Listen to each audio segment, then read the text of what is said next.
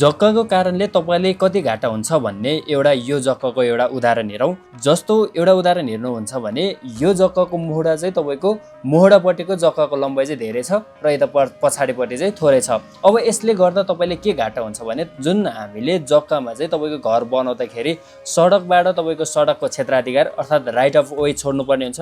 त्यस्तै अब त्यो राइट अफ वे छोडिसकेपछि हामीले सेटब्याक छोड्नुपर्ने हुन्छ र सेटब्याक छोड्दाखेरि चाहिँ तपाईको अब मुहुडा बढी हुँदा चाहिँ हामीले के घाटा भयो भन्दा तपाईको यो जुन सेटब्याक हामीले 5 फिट छोड्नुपर्ने हुन्छ रेसिडेन्शियल आवासीय घर बनाउँदा कम्तीमा पनि। अब तपाईको यति धेरै जग्गा चाहिँ तपाईले छोड्नुपर्ने हुन्छ। यो भनेको राइट अफ वे अर्थात् सडकको क्षेत्राधिकार अर्थात् भोलिको दिनमा तपाईको सडक बढेर चाहिँ यहाँसम्म आउँछ र यो भनेको चाहिँ तपाईको सेटब्याक अर्थात् यो लाइन यो यति सेटब्याक दूरी छोडिसकेपछि मात्रै तपाईले घर बनाउन पाउनुहुन्छ।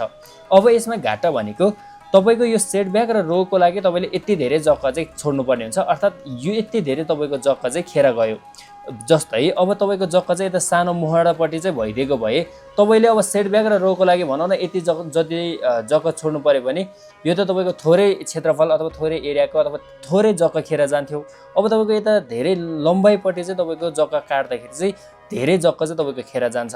त्यसकारण तपाईको जग्गा चाहिँ मुहुडा धेरै भएको भन्दा पनि मुहुडा अलिक कम भएकोमा चाहिँ तपाईको जग्गा थोरै खेर जान्छ। त्यसकारण तपाईको जग्गा कम खेर जाओस् भन्नको लागि चाहिँ तपाईको एक साइड जग्गा भएको र त्यसमा पनि मुहुडा थोरै भएको जग्गा चाहिँ तपाईको लागि पर्फेक्ट हुन्छ है त।